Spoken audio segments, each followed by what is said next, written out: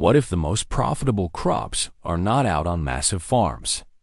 They are in spare rooms, on patios, in small greenhouses, even on a single sunny shelf, because the real money in plants is not about acres. It is about rarity, freshness, and obsessed buyers. Chefs who need a product every week. Florists who need stems on the exact day.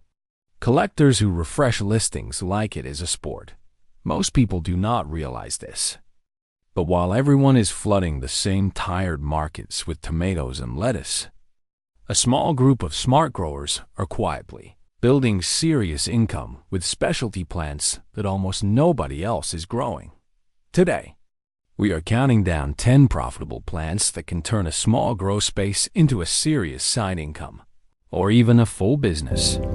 Not because they are magic, but because demand is real, supply is often thin, and the margins can be genuinely shocking. Stay with me, because some of the plants later on this list sell for prices that would make most farmers rethink everything they thought they knew about growing. And plant number 10 is one that chefs will pay absurd money for, but almost nobody in North America grows it. Make sure you subscribe because we drop videos like this every week. And let's get into it. Plant number 1 is microgreens. Microgreens are the definition of fast turnaround cash flow. These are not full-grown vegetables. They are harvested just days after sprouting, packed with flavor and nutrition, and sold at premium prices. We are talking about crops that go from seed to sale in 7 to 14 days. Think about that. 2 weeks. Restaurants want consistent weekly deliveries. Health-focused shoppers want freshness. And because microgreens are delicate and perishable, local growers have a massive advantage over distant suppliers.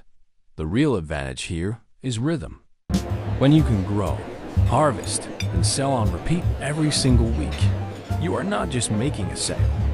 You are building a system. And here is the part most people completely miss. The money is not only in growing, it is in being reliable. Once you prove you can deliver quality microgreens every Thursday morning, restaurants stop looking elsewhere. You become part of their supply chain. The startup cost is shockingly low. Growing trays, some shelving, seeds, and a spray bottle. You can start in a spare bedroom or a corner of the garage. Plant number 2 is culinary mushrooms, especially oyster and lion's mane. Mushrooms are a different kind of business entirely. You are selling texture, flavor, and an experience that elevates a dish instantly. Here is why mushrooms work so well for small growers. They can be grown indoors, year-round, closer to your customer, and harvested fresh on a schedule. You are not dependent on seasons. You are not losing crops to frost or heat waves. You control the entire environment. Oyster mushrooms are probably the easiest entry point. They grow fast, they are forgiving, and the market for them is strong. Lion's mane is where things get interesting. It has that unique look, almost like a white pom-pom, and the texture when cooked is often compared to seafood. What makes mushrooms genuinely profitable is the speed and the repeat cycle. Oyster mushrooms can fruit in as little as 7 to 10 days after colonization. You can stagger your production so you are harvesting multiple flushes every week. That creates the same kind of predictable cash flow we talked about with microgreens. Plant number 3 is Saffron Crocus. Saffron is famous for being one of the most valuable substances by weight on Earth. And the reason is beautifully simple. The usable part, those 3 tiny red stigmas per flower, is minuscule. And harvesting requires careful, patient handwork. For small growers, that is not a drawback. That is the entire business model. You are not competing on scale. You are competing on quality, freshness, and story. Here is the reality. Most saffron in stores is imported, often months or even years old, and the quality varies wildly. Fresh, locally grown saffron with known provenance is a completely different product. And buyers who understand that will pay for it. The harvest window is short, usually just a few weeks in fall when the flowers bloom. You pick the flowers early in the morning, carefully remove the stigmas, and dry them properly. But here is what people do not talk about enough. Saffron corms multiply. Every year, each corm produces more corms underground. So your planting stock increases naturally. One small initial investment compounds over time. The key to making saffron work is connecting with the right buyers. High-end restaurants, specialty spice retailers, and direct-to-consumer channels where you can tell your story. Plant number 4 is vanilla orchid. Vanilla is not a casual crop. It is slow. It takes patience. And it rewards skill and dedication more than almost anything else on this list. The plants take 2 to 4 years before they even flower. Each blossom has to be hand-pollinated within a narrow window of just a few hours.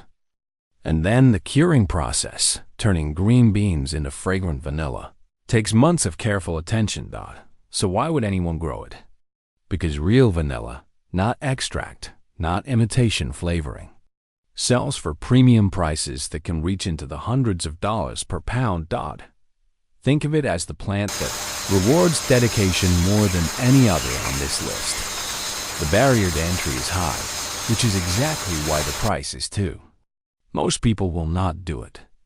That is your advantage. Plant number 5 is peonies. Peonies are not just flowers.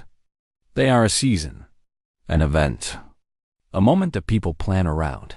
They bloom for a short window in late spring, and that scarcity creates urgency. Florists plan their wedding season around peony availability. Customers pre-order.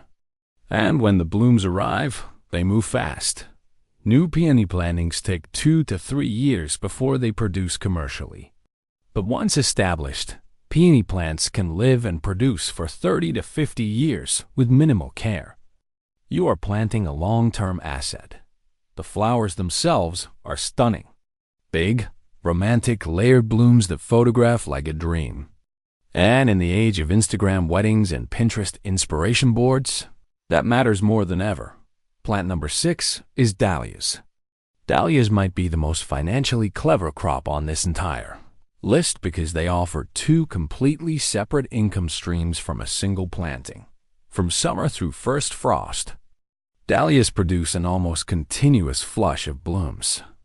One of the longest cutting seasons of any premium flower. But then, when you dig the tubers in fall, the real magic happens.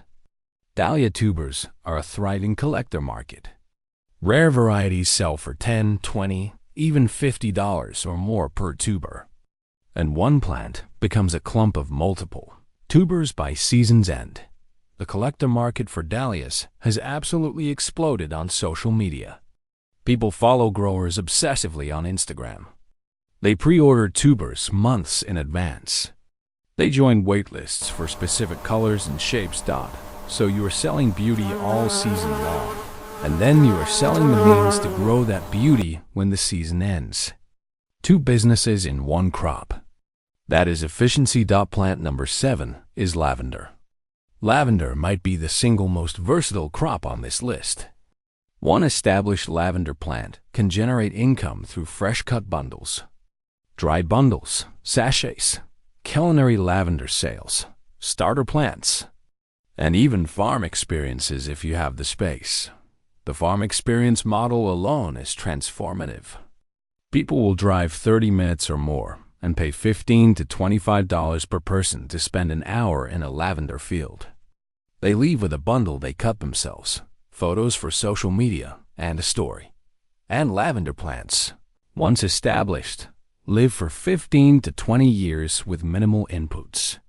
They are drought-tolerant, deer-resistant, and low-maintenance. You plant once and harvest for years. Plant number 8 is rare houseplants, especially collectoroids. There is a reason some people treat houseplants like sneakers or trading cards. The collector market runs on rarity, aesthetics, and community. Certain aroid varieties, unusual monsteras, variegated philodendrons, rare begonias, they command prices that have to be seen to be believed. Individual cuttings sell for $50, $100, $500, or even more for the rarest forms. Here is the business model. Acquire sought-after varieties, propagate them aggressively, and sell the offspring. The plants multiply themselves. Your inventory literally grows while you sleep.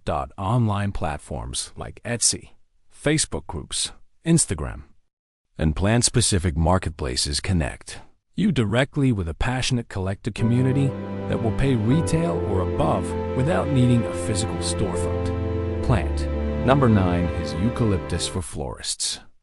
Eucalyptus is steady, reliable, boring in the best possible way. Florists use eucalyptus constantly as greenery, as filler, as statement foliage in everything from grocery store bouquets to high-end wedding centerpieces. It is not the star of the arrangement, but it is the reason arrangements look expensive. Fresh eucalyptus stems sell for a few dollars per bunch, and the trees can be coppiced repeatedly. That means you cut them back, and they regrow vigorously. One established planting becomes a perennial production system. The business model is beautifully simple. Grow it, cut it weekly, deliver it to florists. Many growers report that once they establish a relationship with a few local floral shops, eucalyptus becomes almost passive income. Plant number 10 is ginseng, especially American ginseng in wood-grown systems. Ginseng is the ultimate long game. This is not about quick harvests or fast flips. This is about value that increases with time, scarcity, and patience. American ginseng has strong demand in traditional markets, particularly overseas buyers who prize it for its quality. Here is the model. Planted under forest canopy. Ginseng actually prefers shade. And then you walk away. Come back in 5 to 10 years, and you are harvesting roots that are worth multiples of what most crops generate per acre. The older the root, the more valuable it becomes. This is not for the impatient, but for anyone thinking about long-term wealth building through land. It is hard to beat. Important safety note here. If you ever consider this path, research your local laws and sourcing rules thoroughly, and never forage wild plants or attempt identification for consumption. Misidentification can be dangerous, and harvesting wild ginseng is often restricted or regulated. Alright, quick recap. Microgreens and mushrooms build weekly cash flow. Saffron rewards precision and story. Vanilla is the patient grower's premium play. Peonies and Dahlias sell beauty with perfect timing. Lavender and eucalyptus thrive on repeat buyers and versatility. Rare houseplants tap into collector energy. And ginseng is the long-term play for growers who think in years, not weeks. If you want a part 2 with 10 more profitable plants, subscribe right now and drop a comment telling me which plant you would actually grow in your space. And one final reminder. This video is educational only, not medical or professional advice. If you forage, identify, or consume plants, misidentification can be dangerous.